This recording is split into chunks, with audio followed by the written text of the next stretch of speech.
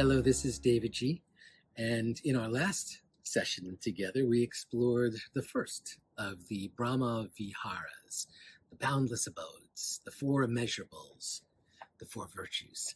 And we explored metta and practiced metta. And today we're going to explore the second of the Brahmaviharas, compassion. And what's the Sanskrit word for compassion? Karuna, Karuna. Karuna. So what's the antidote for the coronavirus? It's the Karuna virus, the compassion virus. And so what's compassion?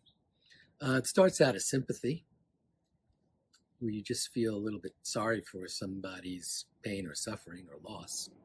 It moves a little bit further to empathy, where you can actually feel their pain. Put yourself in their shoes. Move it just a little bit further, and it's rooting for someone's suffering to end. And this is so important because so often we don't root for our own suffering to end. But if we're going to extend compassion as equals to others around us, we need to start, squawking on the truth, we need to start with self-kindness, self-compassion, self-forgiveness, self-love. And if we're just willing to allow that to be a part of our life, amplified in our life in some way, then we can more authentically extend it to other people as well. And that's what makes it so beautiful. If you're acting kind to somebody else, but you're not being kind to yourself, it's an act. How long can you hold on to that one? If you're extending forgiveness to somebody else, but you're not really truly forgiving yourself, how authentic is that? And so we need to take it back to the core. This doesn't mean you're being selfish. Now, perhaps self-care is selfish if you're a total narcissist and you're not doing anything to serve or help or heal anybody else. But you are living your life in service to others. You are living your life helping, healing, and serving others, sometimes overwhelmed by all those responsibilities that we've taken on. So for us, in that instance, self-care is never selfish. Self-care allows you to nourish yourself and to strengthen yourself, lift yourself up so you can continue that service to others.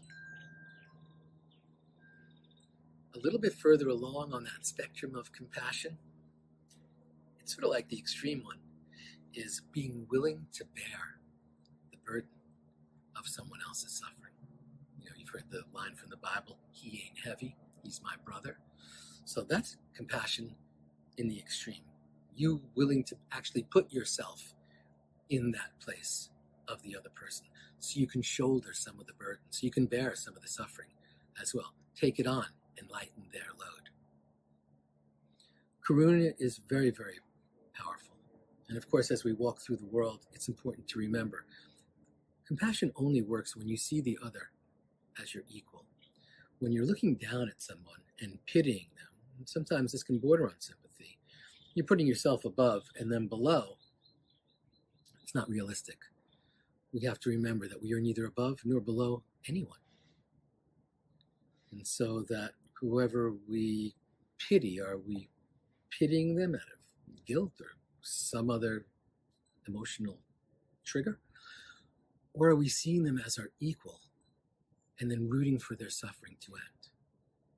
No differently than you would root to your closest friend or relative or loved one. And so let's see if we can keep awakening compassion. It's never ending. There's no limit on it.